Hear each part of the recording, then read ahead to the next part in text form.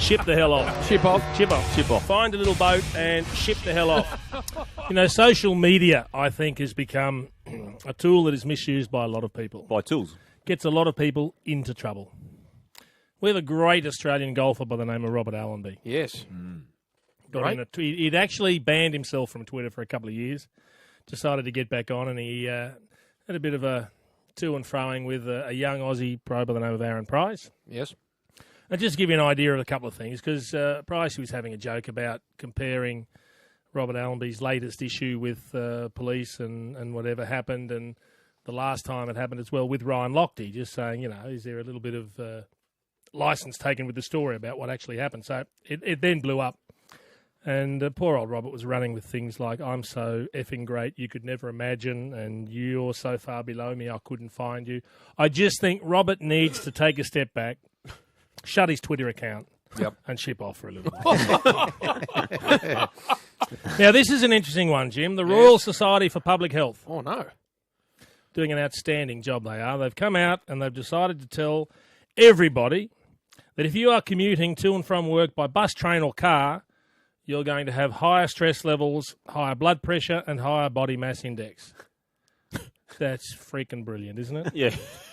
So that only basically leaves walking or bike, which a lot of people either can't do by location or by capability. Did it say trim? Or chopper. Or trim? This is ridiculous. I mean, sorry for needing a job to actually sustain a reasonable quality of life. Just alarmism is what it is, and they can ship off, Jim. If they're doing studies like that, they're wasting I've never money. heard of them, but they can ship I off. need to talk about your employers, Channel 9. Oh, hello. Jeez. So we all know about the unfortunate disappearance of Karen Rostevsky. Her son, Anthony Rickard, was offered $50,000 by Channel 9 to do a bit of a tell-all interview about the issues that the family were having and maybe give some background about, the deep, dark, personal times of the family. And then Allegedly. Allegedly was offered that. And then they came out after the interview, didn't go ahead, and said he was the one asking for money. Now, a current affair, Jim, has come out and confirmed it offered a, in inverted commas, fictitious $50,000, and then said Rickard asked for $200,000, but they claimed they were never going to pay him a cent. So they actually admitted that they offered it to him, but they said they're never going to pay a cent. So they're actually in the business now of being deceitful and making bogus offers, are they? I don't know anything about that, Chief. How does that work, Jim? That's not my part of the business. How does that work? I look after some other area. I don't know. Don't look at me like that.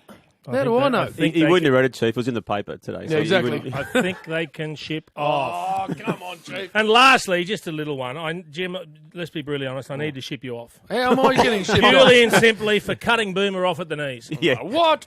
You cut him off at the knees. It became personal with time. You decided to end his You'd be career. joking. You came to, even though I categorically agree with the decision, you have to give the people what they want. They want Boomer, and you took it away from them. I love Boomer. And yet you sacked him. Imagine how small he'd be if you cut him off at the knees. Oh, no. Chief! Chip off, You know how much I love Chip Boomer. off. Chief, is that now? You're finishing with me? We're done. All right. I like the fact Little that we're items. done. We need to get to a break.